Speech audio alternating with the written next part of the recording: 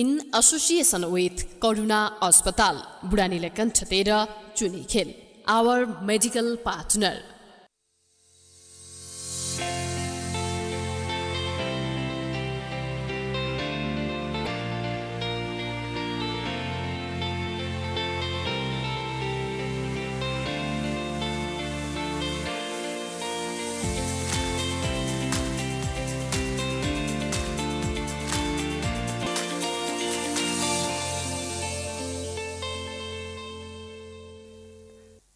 कार्यक्रम प्रसंग एक सवाल अनेकको आजको श्रृङ्खलामा यहाँहरूलाई हार्दिक स्वागत अभिवादन गर्दछु। म एलपी शर्मा। दर्शकवृन्द, हामीलाई याद छँदैछ कि 2052 साल फागुन 1 गतेदेखि सुरु भएको घोषित जनयुद्धले आज 27 वर्ष पार गरेको छ। यो बिचमा यो अवधिमा बागमतीमा धेरै पानी बगिसक्यो, धेरै परिवर्तनका कथाहरू हामीले सुन्यौँ, रूपान्तरणका कथाहरू पनि हामीले धेरै सुन्यौँ।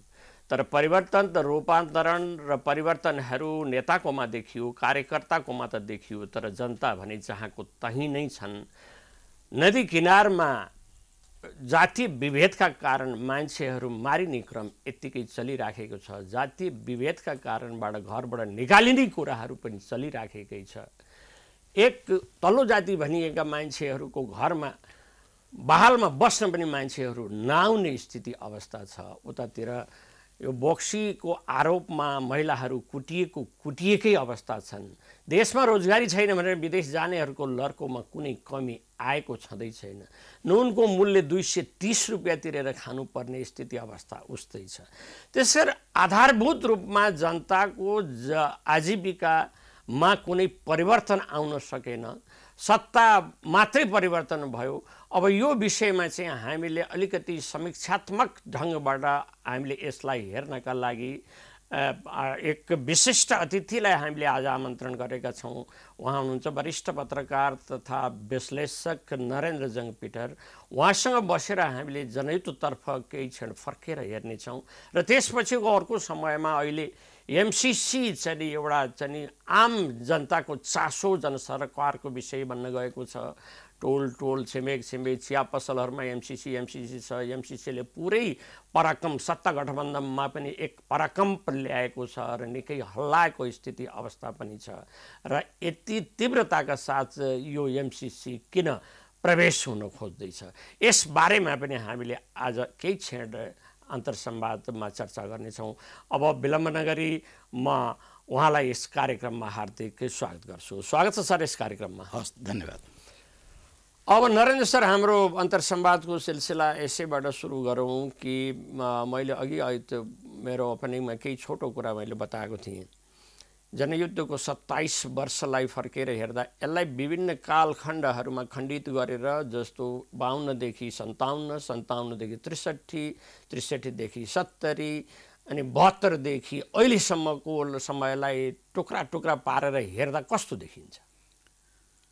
जनयुद्ध यो एउटा सामान्य नेपाली समाजको घटनाक्रम मात्रै थिएन। राजनीतिक सङ्घर्षहरू, विद्रोहहरू हामीहरूका बिचमा विभिन्न कालखण्डमा रहँदै रहे। राजनीतिक पार्टीका नेतृत्वमा हतियारहरू उठाउने क्रम 2007 सालमा जनमुक्ति सेनाका माध्यमबाट नेपाली काङ्ग्रेसले उठायो। त्यसपछि 17 सालका राजनीतिक कु पछाडि फेरि नेपाली काङ्ग्रेसले राजनीतिक हतियार उठायो र 28 सालमा पनि उठायो। त्यस पछाडि नेपाली कम्युनिस्ट आन्दोलनभित्रमा पनि सशस्त्र आन्दोलनको मार्फतबाट नै समाज परिवर्तन हुन सक्छ भन्ने मान्यताका साथमा 28 सालमा झापा विद्रोह अथवा आजको नेकपा एमाले पनि आफ्ना सशस्त्र र सशक्त आन्दोलनको रूपमा उठाए। पछाडि हामीले सम्झिनै पर्ने हुन्छ सर्वहारा श्रमिक लीगको नेतृत्वमा जुटपानी जुगडी घटनाहरू, माडी घटनाहरू पनि यस्ता किसिमका भए। पूर्तिघाट बैंक काण्डहरू पनि सशस्त्र सङ्घर्ष भए। तर त्यसभन्दा नितान्त भिन्न तरिकाले भर्खरै एउटा परिवर्तन पछाडि, पञ्चायती व्यवस्थाको परिवर्तन पछाडि, संसदीय व्यवस्थाको सुरुवात भएको 4 वर्ष पछाडि नै एउटा नेपालमा एउटा संयुक्त र जनआन्दोलनको रूपमा घोषित रूपमा राज्यका विरुद्धमा आन्दोलनहरू भए। त्यो आन्दोलनको रूप चाहिँ के चरित्र के थियो भन्नुहुन्छ भनेदेखि राजनैतिक सांस्कृतिक आर्थिक र सामाजिक आन्दोलनका रूपमा भए सुरुवातकै रूपमा सत्तासँग त्यो टकराट थियो। हिजोका आन्दोलनहरूका रूपहरू के थियो भनेदेखि सरकारसँग टकराटहरू थिए र 52 पछाडिको सुरुवात भएको राजनैतिक आन्दोलन राजनैतिक सशस्त्र आन्दोलन जसलाई कि जनयुद्ध भनियो र त्यो एउटा कम्युनिस्ट आन्दोलनको आधारमा रहेको सत्ताको विरुद्धमा वर्चस्वशाली तबकाहरू र संस्थाहरूको बीचमा अथवा राजनीतिको विरुद्धमा भएको आन्दोलन थियो। पहिलो त त्यो जनयुद्ध माओको सोच अनुसारमा जसरी चीनको आन्दोलनमा माओले गाउँले सहर घेर्ने भनेर जुन दृष्टिकोणका साथमा आउनु भएको थियो त्यो हुँदाहुँदै 2057 साल आउँदाखेरि त्यो आन्दोलनहरू त्यस तरिकाले जान सक्दैन, नेपालको विशिष्टता नेपाली अनुसार नै छ भनेर सहर र गाउँको बीचमा मिलाप, बुद्धिजीवी र किसान मजदुरहरूको बीचमा को मिलाप र विचार मिडिया र संगठनहरूको मिलापको साथमा जाने 57 पछि आन्दोलनको स्वरूपमा परिवर्तन भएको धेरै त्यसले नै अहिलेको राजनीतिको निर्णय चाहिँ त्यसैले गरेको छ। त्यो 57 मा भएको भेलाले चाहिँ आन्दोलनका स्वरूपहरू युद्ध मात्रै नभइकन वार्ता संवाद पनि हुन सक्छन्। 57 सम्म सिधा आन्दोलन थियो। त्यस बेलामा सत्ताको तर्फबाट ठुला अपरेसनहरू भए। अपरेसनहरू हुँदाखेरि त्यसमा सबैभन्दा उल्लेखनीय अपरेसन चाहिँ किलेश्वरा 2 भन्ने अपरेसनहरू भयो अनि किलेश्वरा 2 भयो। त्यस बीचमा पनि विभिन्न किसिमका आन्दोलन र संसारमा सत्ता र विद्रोहीहरूका बीचमा दमन गर्नलाई अथवा प्रतिकार गर्नको लागि जे अभ्यासहरू भए, चाहे त्यो दक्षिण अमेरिकी समाजमा होस्, चाहे त्यो यो भियतनामी समाज अभ्यासहरू भएका थिए, ती सबै किसिमका अभ्यासहरू पुग्दाखेरि 57 सालमा चाहिँ माओवादी जनयुद्धले एउटा ठुलो मोड चेन्ज गर्यो।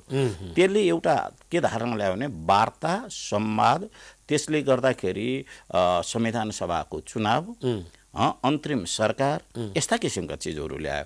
त्यसले गर्दाखेरि त्यही 57 तिर नै जाँदाखेरि नेपालको अवस्थामा समस्या कहाँ छ भनेदेखि सिधै सत्तासँग मात्रै नभइकन यहाँ जातीय क्षेत्रीय लिङ्गीय पनि समस्याहरू छन् भनिसकेपछि विभिन्न जनजातिहरूका अथवा उत्पीडित जातिहरूका उपेक्षित जातिहरूका राष्ट्रिय मोर्चाहरू पनि बन्न गए। त्यसले एउटा यस्तो दृष्टिकोण पैदा गर्यो जाँदाखेरि माओवादीलाई वार्तामा लिएर गयो 58 सालको वार्तामा।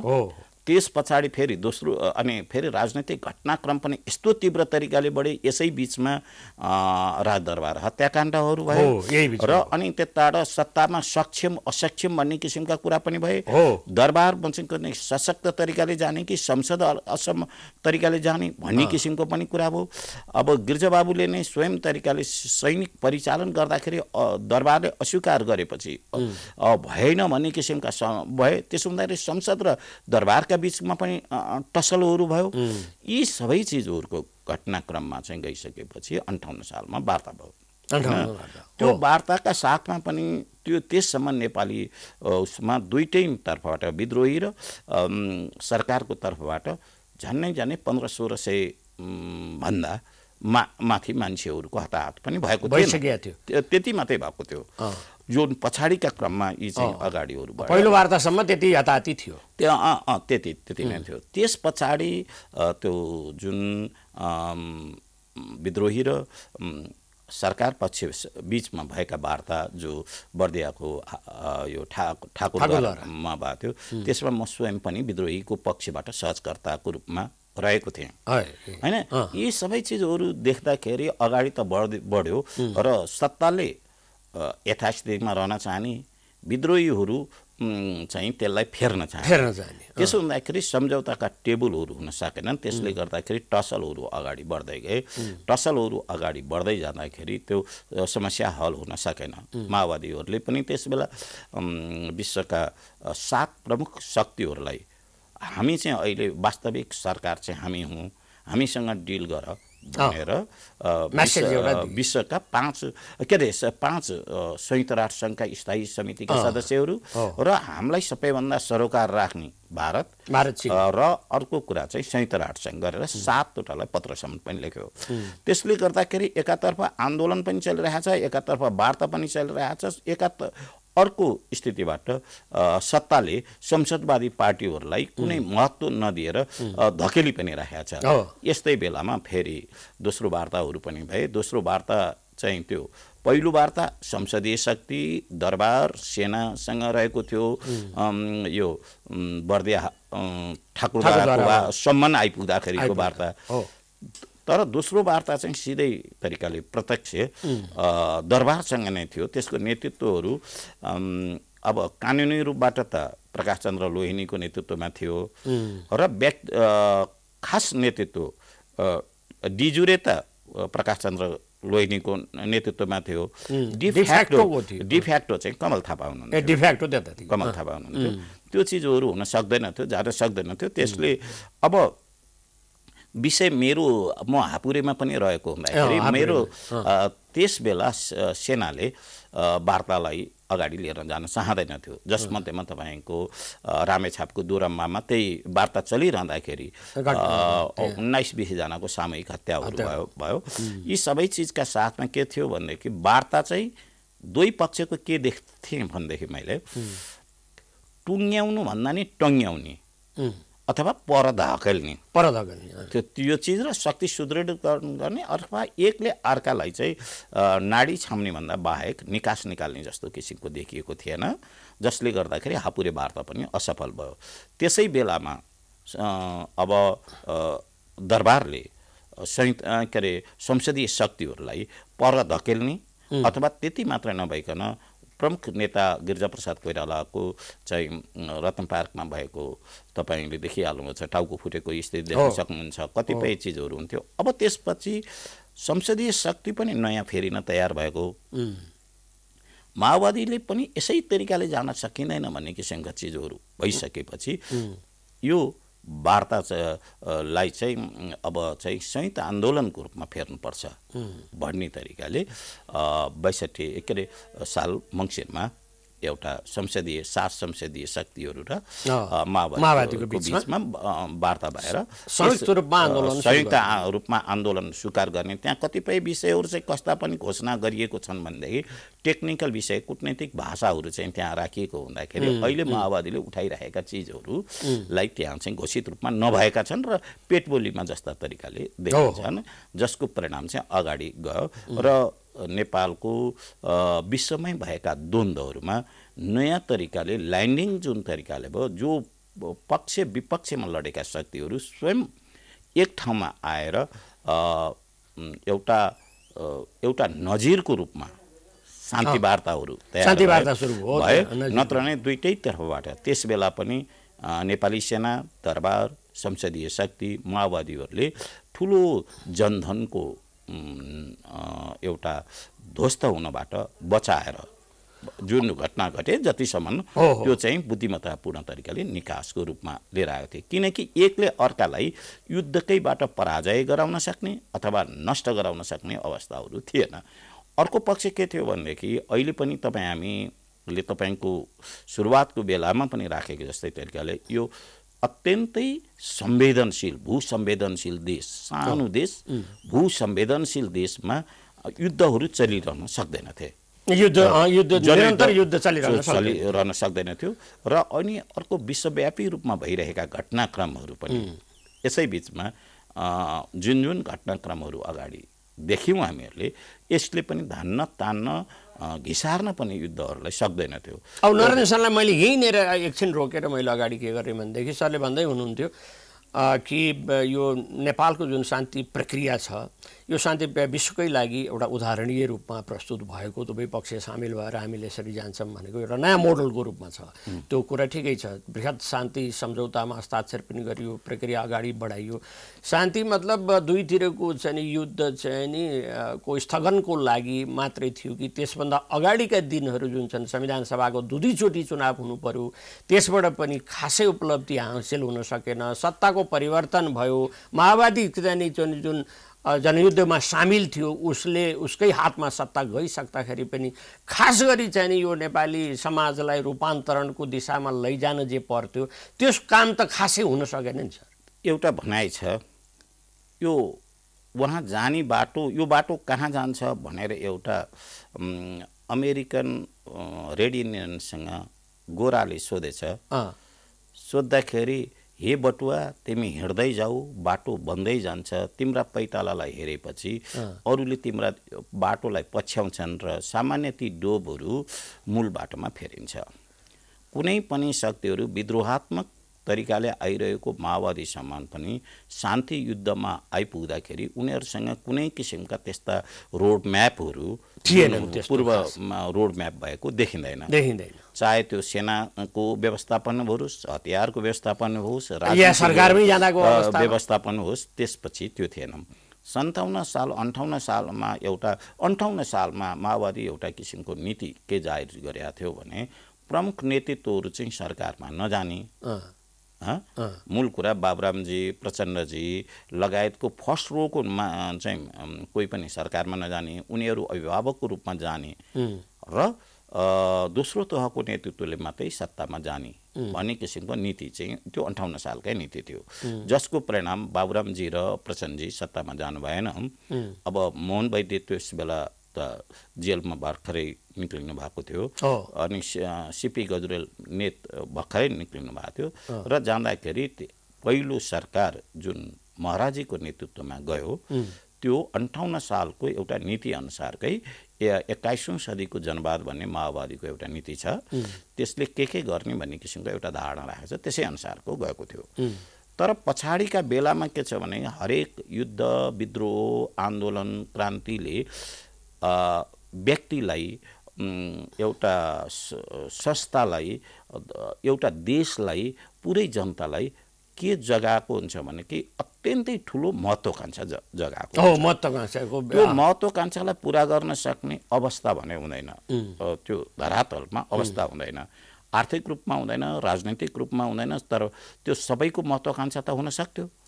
अनि माओवादीका त हरेक कार्यकर्ताहरू त एउटा युद्ध मोर्चाबाट अर्को मोर्चामा आएका थिए उनीहरूमा पनि महत्त्वाकांक्षा त ठुलो थियो। अनि त्यो मोर्चा चाहिँ जो आदर्शको त्यागको परिवर्तनको एउटा मनोविज्ञान चाहिँ त्यो महत्त्वाकांक्षा चाहिँ कहाँ गयो भने सिंहदरबार केन्द्रित महत्त्वाकांक्षा भयो उतातिर निर्देशित भयो। टुटेका सम्बन्धहरू जुटिसकेका थिए जीवन फेरिएको थियो महत्त्वाकांक्षा चिज हो त्यो बेलाको अवस्थालाई पनि हामीले इतिहासलाई व्यवस्थापन नगरिकन हामीले एउटा गम्भीर तरिकाले निहाल्ने हो भने परिस्थितिले कता धकेलिराखेको थियो। अनि सहमतीय राजनीतिक विकास त भएको थियो।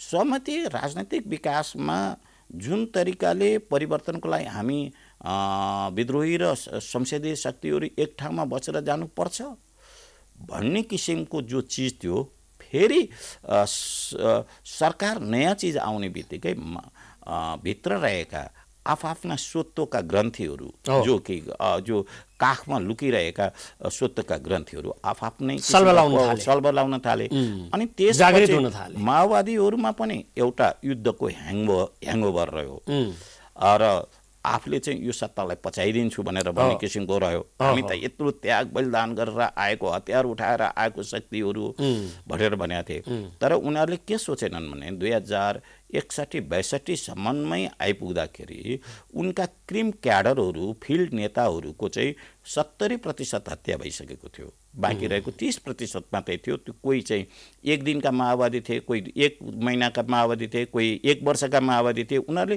त्यो स्पिडहरू 52 साल आजकै दिन जो आजको 27 वर्ष पहिला जुन भएको स्पिडलाई उनीहरूले पक्रिन सक्दैनथे। त्यो त के भन्दाखेरि जसले पनि लाल सलाम भन्ने बित्तिकै ऊ त माओवादी बनाएको थियो हैन।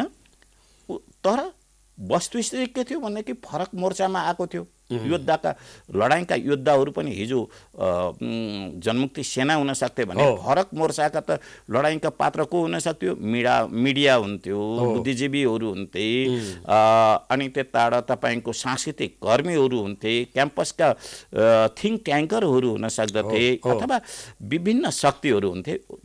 लडाइँको मोर्चा फेरिने बित्तिकै लडाइँका योद्धाहरू पनि फेरिन्छन्। त्यो कुरा उनीहरूले बुझ्न सकेनन्। अर्को कुरा चाहिँ के थियो भने युद्धको ह्याङओभर त थियो, आदेशबाट समाज परिवर्तन हुन सक्थ्यो भन्ने सोचेथ्यो। अनि अर्को कुरा संसदीय शक्तिहरूले अथवा राष्ट्रिय अन्तर्राष्ट्रिय शक्तिहरूले कम्युनिस्टहरूलाई त स्वीकार गर्न सक्नुको अवस्था थिएन। उनीहरूले पनि पचाउनको लागि विभिन्न किसिमका भूमिकाहरू खेले र त्यसो हुँदाखेरि एउटैले अर्कालाई पचाइदिन सक्छु भन्ने किसिमको जुन मनोविज्ञान थियो त्यो चाहिँ शान्ति प्रक्रियामा आउँदाखेरि शीतयुद्धमा फेरियो।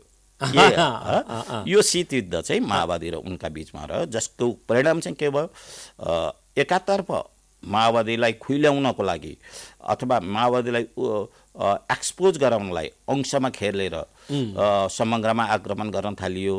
अर्कोतर्फ संसदीय शक्तिहरूले यिनीहरूसँग राजनीतिक कला छैन, यिनीहरूलाई भ्रष्ट बनाइदिन सकियो भने पतन भइहाल्छ भनेर त्यो यस्तो किसिमको सुविधा अवस्था पैदा गरिदियो कि माओवादीहरूको तलदेखि टप टु बटम चाहिँ के छ, शक्तिहरूलाई भ्रष्ट बनाइदिने परिस्थितिहरू, भ्रष्टीकरण गराउने तर्फ धकेल्दिने, जो कि हतियारले गर्न नसक्ने कामहरू र महत्त्वाकांक्षा र यो चाहिँ के अरे तपाईँको ग्रन्थि हुन्छ नि, सुविधाका ग्रन्थिहरू त्यसलाई नियन्त्रण हुन सकेन र त्यसले गर्दाखेरि माओवादीहरू पनि टुक्रा टुक्रा गराउने त्यो प्रक्रिया अगाडि बढाए र मूल विषयलाई ध्यान दिनुभन्दा पनि स्वत्वका टक्राहाटहरू, आग्राका टोक्राहाटहरू यति अगाडि बढे कि एउटा माओवादी अहिले 15वटामा पुगेको हामीले देख्छौँ। हस्, हामी एक छोटो विश्राममा जानेछौँ, त्यसपछि अन्तर संवादको सिलसिलामा पुनः जोडिनेछौँ।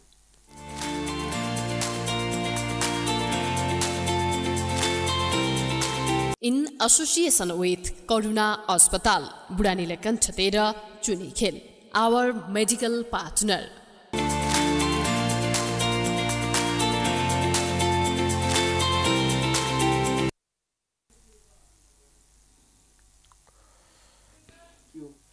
कार्यक्रममा नरेन्द्र सरलाई पुनः स्वागत गर्दछु। धन्यवाद। अब नरेन्द्र सर, त्यो आजको एउटा पत्रिकामा सरको एउटा लेख छ होइन, मैले बिहानै त्यो लेख पढेँ। त्यसका विभिन्न प्रसङ्गहरू यति नोटवर्दी छ, यति छोएको छ धेरै प्रसङ्गहरूले, जसका बारेमा मैले यहाँ चर्चा गर्न सम्भव छैन।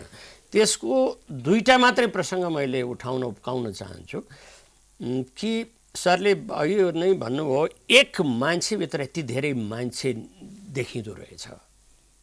कस्तो रमाइलो प्रसङ्ग छ, किनभने बाहिरबाट हेर्दा एउटा मान्छे देखिन्छ तर त्यसभित्र अनेकौँ मान्छेहरू देखिँदो रहेछन्। उसमा यति धेरै महत्त्वाकांक्षा जाग्दो रहेछ। हामीले चिनेको मान्छे त त्यो पछि परिवर्तन भएर कहाँ पुग्दो रहेछ। माओवादीमा पनि यस्तै भयो सर, किनकि एउटा उद्देश्य थियो, एउटा आदर्श थियो, एउटा रूपान्तरण थियो, एउटा कथा थियो, दुनियाँ थियो। सरले अहिले नै भन्नुभयो नि, यो माओवादी टुक्रा जसले जनयुद्ध सुरु गर्यो गर्दै गर्दा अहिलेसम्म आउँदाखेरि टुक्रा टुक्रा परिसकेको छ। अहिले एउटा अलि ठुलो समूहलाई एउटा चाहिँ प्रचण्डजीले नेतृत्व गर्नुहुन्छ, बाँकी अरूले सबैले चाहिँ अर्कोलाई गाली गर्दै बस्नुपर्ने अवस्था। हामीले जनयुद्ध सुरु गर्दाखेरि त यो परिकल्पना त हामीले गरेका थिएनौँ नि, कसरी यस्तो हुन आयो? यहाँले सुन्दर कुरा राख्नुभयो। मान्छेसँग विभिन्न किसिमका मान्छेलाई ड्राइभिङ गर्ने शक्ति, तपाईँलाई सञ्चालित गर्न सक्ने शक्तिहरू तपाईँसँग अन्तर्निहित हुन्छन्। तपाईँसँग वासना हुन्छ, भोक हुन्छ, सपना हुन्छ, परिवर्तनका आदर्शहरू हुन्छन्। एउटा मान्छेभित्र धेरै मान्छे हुन्छन्। त्यो कुन परिस्थिति चाहिँ अब अनुकूल हुन्छ त्यसै अनुसारको त्यो भित्र रहेको मान्छेहरू जागृत हुन्छन्। एक त्यसै हुँदाखेरि आज मूलत तरिकाले माओवादी भनेर चिनिने अवस्था जतिसुकै अहिले गुट उपगुट फुर्दै जाँदाखेरि 15 भए पनि आज केन्द्रमा चाहिँ माओवादी भनेपछि सबैले देशले विदेशले मिडियाले सबैले पछ्याउने भनेको प्रचण्ड नेतृत्वको माओवादी केन्द्रलाई हो। र मलाई पनि कहाँसम्म लाग्छ भनेदेखि आज नेपाली राजनीतिको पनि क्रिया उत्पन्न गर्न सक्ने शक्ति प्रचण्डसँग छ र अरू माओवादी मात्रै होइन, नन माओवादी शक्तिहरू पनि जो राजनीतिक खेलाडीहरू छन्, संस्थाहरू छन्, समूह छन्, पार्टीहरू छन्, प्रतिक्रियामा केन्द्रितहरू भएको छन्। भलै उनले चाहिँ 100 मार्क्समा त्यो चाहिँ 52-53 मार्क्स उनले ल्याउन सकेका हुन सक्लान्, त्यस पछाडि अरू अवस्था त्यो 52-53 पनि ल्याउन नसक्ने अवस्थामा हुँदाखेरि प्रतिक्रियामा केन्द्रित छ। त्यो यथार्थ तपाईँ हामीले स्वीकार गरे पनि अस्वीकार गरे पनि वास्तविकताले चाहिँ चिजहरू दिने यही नै चिज हो। सबैले आफ्ना समीक्षाहरू गरिरहेछन्। अनि अर्को कुरा के छ भनेदेखि हरेक विद्रोह आन्दोलनहरू परिवर्तनका सङ्घारहरू आदर्शमय हुँदो रहेछ, तर त्यो चाहिँ त्यसका विद्रोह र आन्दोलनका राप र तापहरू जब सेलाउँदै जान्छन् त्यसपछि अर्को त्यसको चाहिँ बाई प्रोडक्टहरू अथवा त्यसका प्रतिक्रियामा आउने चिजहरू सशक्त हुँदो रहेछन्, जसले गर्दाखेरि आफ्नै आदर्श पनि पालना गर्न नसक्ने र लिलिपुट हुनुपर्ने, जसलाई कि मैले आज बामपुड्के शब्द दिएको छु, बामपुड्के हुन सक्ने र आफ्नै आदर्शको बोझहरू पनि भारी हुन सक्ने त्यो चिजहरू हुँदो रहेछ, जसको कारणले गर्दाखेरि एकातर्फ थियो। त्यसका साथसाथमा के हुँदो रहेछ भने जबकि आफ्नो आदर्श धान्न नसक्दाखेरि सिद्धान्तको राजनीति सुविधाको राजनीतिमा जब फेरिन्छ त्यसबेला मान्छेहरूलाई प्रमुख के हो र सहायक पक्ष के हो भनेर खुट्याउनलाई चाहिँ गाह्रो पर्दो रहेछ। एक दोस्रो कुरा, राजनीतिक शक्तिमा गइसकेपछि शक्तिहरू के सोध्दछ भने आफ्नै हुकुममा समाज परिवर्तन हुन्छ र त्यो समाजले चाहिँ के छ भने मेरो निर्देशनमै यो धरती घुम्छ भनेर शक्तिको अहङ्कार हुँदो रहेछ। त्यो शक्ति त्यो नेपालको मात्रै होइन विश्व नै शक्तिको परिभाषाहरू यस्ता हुँदो रहेछन्। तर दुर्भाग्य के छ भने तीनवटा चिजहरू अत्यन्तै चञ्चल हुँदो रहेछन्, रूप, धन र शक्ति। रूप, धन र शक्ति यी यति चञ्चल हुँदो रहेछन्, घोडा चढ्न चाहिँ सकिँदो रहेछ सायद पहिले, ओर्लिनलाई गाह्रो हुन्छ, ओर्लिँदाखेरि उसैलाई खाइदिन्छ।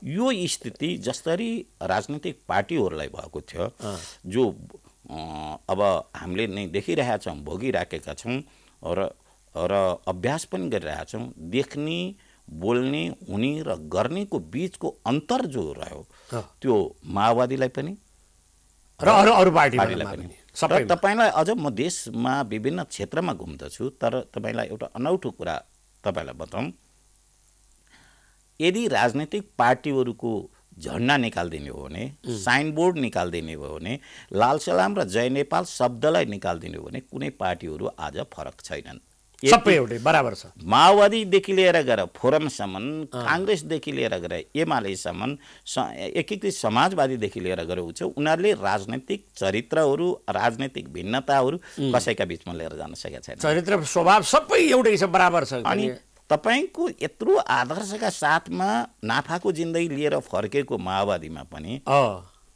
त्यो भिन्नता, राजनैतिक संस्कृति देखाउन नसक्ने एउटा आफैमा उसको लागि यत्रो ठुलो चुनौती मात्रै भएन, उसको लागि अवसान र त्यसलाई चाहिँ के भन्दाखेरि उसको अधोगतिका मूल कारण भए। अवसर हामी म तपाईँलाई यसमा एक दुईवटा वाक्य चाहिँ राखिदिन चाहन्छु। यसको मूल कारण के त भनेदेखि सिद्धान्तको राजनीति सुविधाको राजनीतिमा फेरिनु, राजनीतिलाई सांस्कृतिकरण गर्न नसक्नु। राजनीति के भनेदेखि विचार फेर्न सकिँदो रहेछ, हेर्नुहोस्। तर मैले सधैँ धेरै ठाउँमा भन्ने गरेको एउटा शब्द छ, नेचर, कल्चर र सिग्नेचर फेर्न चाहिँ गाह्रो पर्दो रहेछ। नेचर, कल्चर एन्ड सिग्नेचर फेर्न चाहिँ गाह्रो पर्दो रहेछ, जसको परिणामहरू अहिलेको राजनीतिक अवस्था, माओवादीको स्थिति सबै चिजहरूमा भएको। अब सर, हामी कार्यक्रमको अन्तिम चरणमा छौँ। सर, त्यो सरले लेख्नु भएको एउटा प्रसङ्ग पनि छ, एडवर्डो गिलियानोको एउटा प्रसङ्ग सरले ल्याउनु भएको छ, इतिहासले कहिल्यै पनि अलविदा भन्दैन, यसले फेरि भेटौँला, पछि भेटौँला भनेर मात्रै भन्छ। यसको अर्थ के भनेदेखि जनयुद्धको प्रसङ्गमा सरले इतिहासले अलविदा भन्दैन, यसको अर्थ के भने यो जनयुद्ध फेरि बारम्बार यसको पुनरावृत्ति भइ नै रहन्छ, यो सम्झन्छु। कवेन्द्र सङ्ग्रौलाजीले चाहिँ हिजो लेख्नु भएको लेखमा पनि तपाईँको अन्तिम चाहना के छ, यो समयमा तपाईँको चाहना के हो भनेर चाहिँ सोद्धाखेरि उहाँले पनि भन्छ, मैले अर्को एउटा चाहिँ नि एउटा तीव्रतापूर्ण तरिकाले आएको एउटा अर्को जनउभार, जनयुद्ध देख्ने, जनयुद्धको ज्वाला उहाँले भन्नुभएको छ, त्यस्तो देख्ने मेरो चाहना छ। भनेको मतलब सरले भन्नुभएको यो चाहिँ एडवर्डो गिलियानोको कुरा चाहिँ अब यो इतिहासले यो दोहोऱ्याइरहन्छ र फेरि पनि यसको आवश्यकता छ भन्न खोज्नु भएकै हो जस्तो लाग्छ। यसमा सरको धारणा चाहिँ पहिलो कुरा, तपाईँ हामीले चाहँदा र नचाहँदाखेरि परिवर्तनको वेगहरू रुकिँदैनन्। नायकहरू खलनायकमा फेरिन सक्छन्, वीरहरू कायरमा फेरिन सक्दछन्, महानहरू पतितमा फेरिन सक्दछन्, तर समय र परिस्थितिले जुन अगाडि गइरहेको हुन्छ तपाईँका नियन्त्रणमा हुँदैन, नायकका नियन्त्रणमा पनि हुँदैनन्। परिस्थितिले जहिले पनि एउटा विद्रोहको अपेक्षाहरू गरिराखेको हुन्छ र भविष्यका लागि पनि हुन्छ। मैले तपाईँलाई अलिकति 2200 वर्षको एउटा ग्रिसको एउटा प्रसङ्गलाई राखौँ। त्यहाँ स्पार्टाकस हुन्छन्। म त मारिन्छु तर मेरा उत्तराधिकारीहरू जन्मिरहन सक्छन् भने आन्दोलन परिवर्तन र सपनालाई कुनै पनि व्यक्ति र शक्तिले टुक्दैन। यसैले गिलियानो के भन्छन् भनेदेखि